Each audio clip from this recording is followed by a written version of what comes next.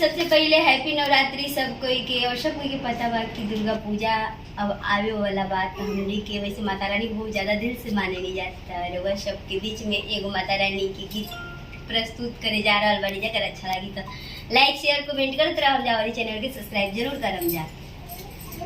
हाँ कटबो में